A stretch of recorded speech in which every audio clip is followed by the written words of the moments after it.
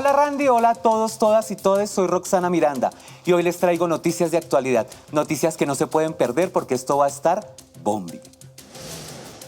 Para nadie es un secreto que Ucrania es uno de los países en los que nuestra comunidad se ve muy afectada. Prohíben que las mujeres trans emigren y lo único que tienen para decir es que tienen que luchar.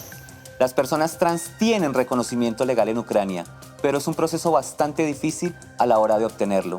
La mayoría de las mujeres trans que intentan cruzar la frontera no tienen documentos que las identifiquen como mujeres. Y las que tienen los documentos, en vez de tener un logro, se meten en problemas y complican sus vidas. La ley marcial dice que todos los hombres están obligados a servir en el ejército, así que no pueden salir del país, explicó Olena Chevenko, presidenta de la organización LGBTIQ ucraniana Inside.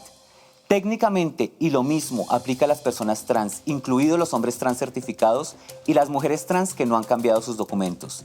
Pero los guardas fronterizos ucranianos impiden que las personas trans con un certificado válido que refleje su nuevo género salgan de Ucrania. Y la verdad, nadie sabe por qué.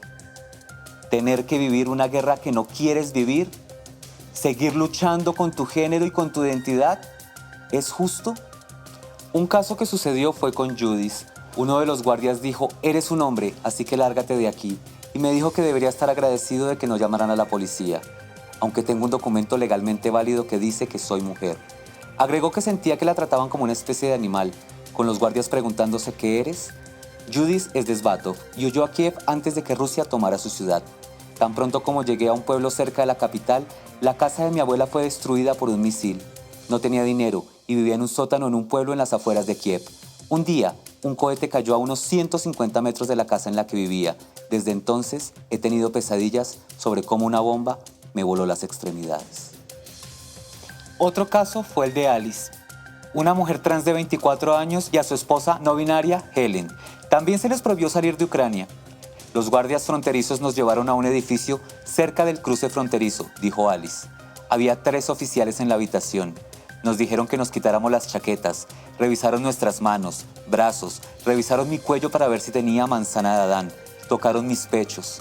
Después de examinarnos, los guardias nos dijeron que éramos hombres. Tratábamos de explicar nuestra situación, pero no les importó.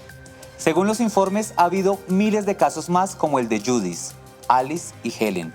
Las mujeres trans no solo temen por sus vidas, debido a la violencia que les rodea, sino por el trato que el gobierno ejerce a las personas LGBTIQ+. Ucrania todavía tiene un camino bastante largo que recorrer, pero no podemos negar que ha progresado más que Rusia, donde las personas LGBTIQ+ siguen siendo perseguidas todo el tiempo.